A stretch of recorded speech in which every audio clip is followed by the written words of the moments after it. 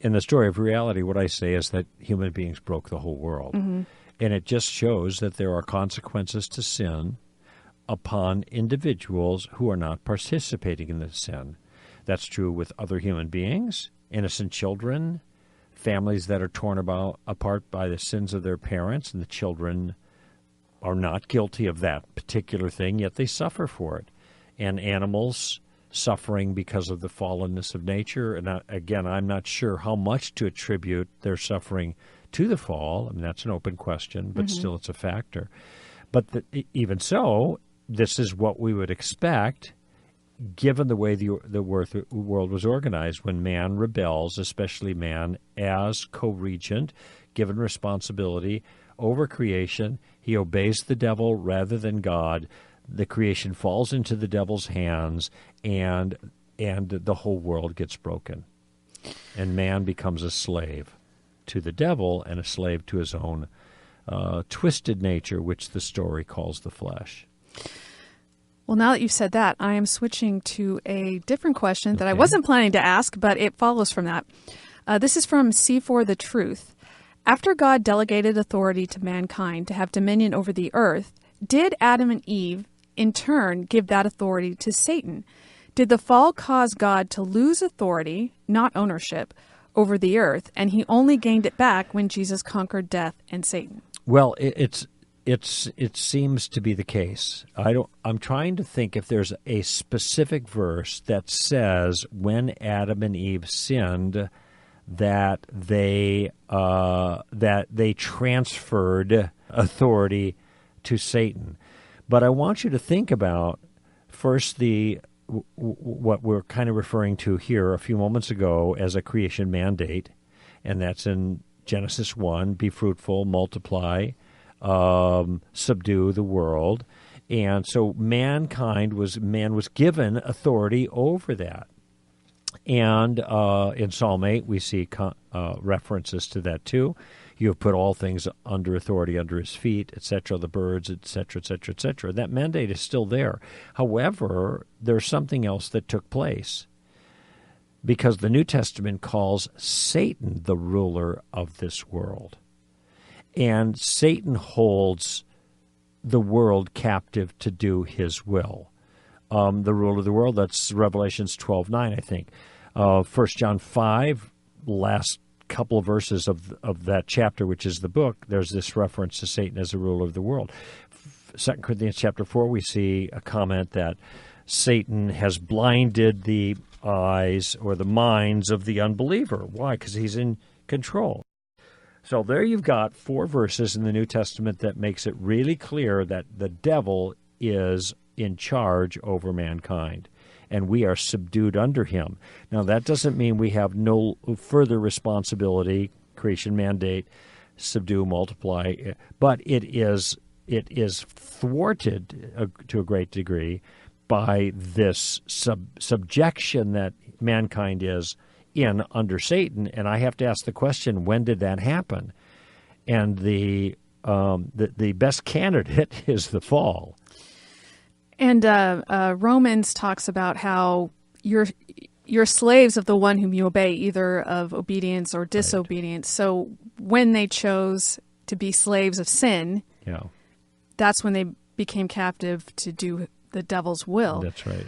But at the same time, I think so. I think that's right. You wouldn't say that God doesn't have authority over the world. No, and so this is why we have to be a little bit careful about our terms. But God identifies Satan as the ruler of the world. So this is in a subordinate sense to the sovereignty of God, obviously, but we have to take the statement seriously.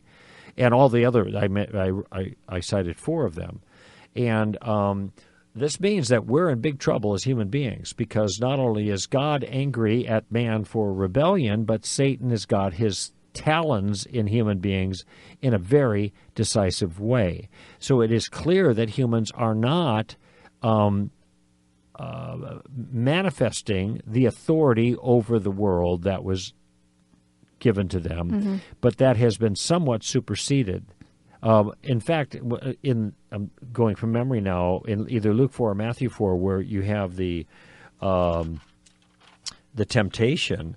Notice how, I'm going to see if I can find it, where I know it's in Matthew. Okay, I'm thinking of Luke, genealogy, Holy Spirit in Jordan. Okay, so it's Matthew 4.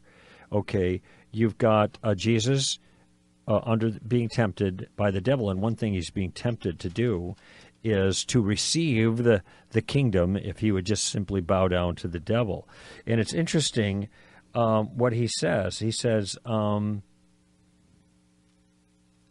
verse 8, Matthew 4, again, the devil took him to a very high mountain and showed him all the kingdoms of the world in their glory. And he said to him, all these things I will give to you if you fall down and worship me. Oh, the thing I was looking for I didn't find. Maybe it's in the other parallel. Because I thought what he said is, because it's been handed over to me. Oh, where is this? I might be. I don't know where the I must be is. misremembering then, but I thought it says these things have been handed over to me, and I will give them to you. But maybe we can just simply infer, I will give them to you, because he does have some authority over them, just like the verses say he's the ruler of the world. So there's something he can give to Jesus. Now, Jesus doesn't take exception with that statement. He just simply says, you shall worship the Lord your God and serve him only. So he's not going to bow down based on that offer. But the devil does offer it to him, which suggests, at least, and this would be consistent with this other line of reasoning from the scriptures that we've offered, that he has some dominion. If you have people captive to do your will, and you have people who have submitted themselves to you, then clearly you can use those people, right? In some way. By the way, I just said the word dominion. Isn't there a verse that talks about being delivered over from the dominion of darkness to the dominion of light? Yes, there and is. I can't remember where that is. It's either in Philippians. But the point is that there are all these touchstone passages that make reference to this kind of thing that make it pretty clear, I think, that there has been a shift. Human beings are not in the authority that they were before. They are under the authority, under the submission, they're in slavery, under the darkness, enslaved to the devil. And this is why they must be redeemed, which word means to be purchased out of the slave market by the payment of a price. And again, I think it's important to say that none of this means that God lost his authority over the world. Correct. Correct. And I think sometimes people take it that way. Wouldn't that be where the ransom theory of the atonement would come from? Yeah, well, that theory is that God owes Satan, and that isn't the way it works. Satan isn't the one owed. But no, that we owe God, and Jesus pays the Father, pays our debt. It is finished, It's our certificate of debt that we owe.